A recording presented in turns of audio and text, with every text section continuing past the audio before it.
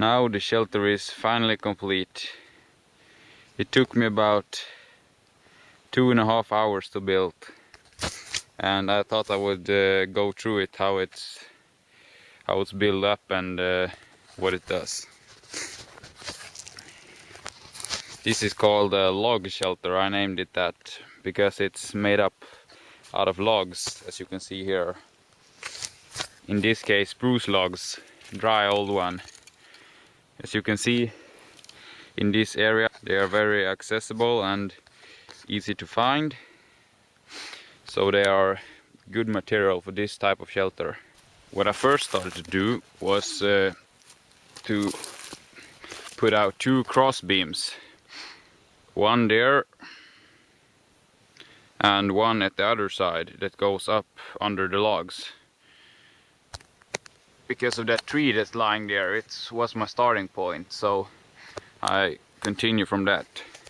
What I then did was to make 2 poles that I smashed into the ground here, as you can see. These 2 poles' jobs is to hold back the logs here so they don't roll off. But I actually got them pretty firm here, these logs, so they are pretty steady without this, but this is just extra to strengthen the shelter up. Then what I did was to chop up 12 logs that is about a hand in diameter and 1.5 meter long, and that is about 5.5 foot long. I will lie them down on these bottom beams here, as you can see. The base of the shelter is a little bit like a jigsaw. You have to shape in these logs, cut off the notches and where the branches have been, so you can fit them with each other. See, one of the beams here that hold up the shelter, it goes up there, and then I made a little wall here to give me a little more protection towards the wind and everything. What I then did was to put moss, ordinary green moss, here in the cracks and notches here between the logs. And the thing about this green moss is that it takes so long time for the water to penetrate the moss, that if you're gonna stay in this shelter just for a couple of days or so, you'll be fine. So that's the roof. It's now pretty much water, I will not say waterproof, but very water resistant, as you can see here. And I'm pretty happy with the shelter.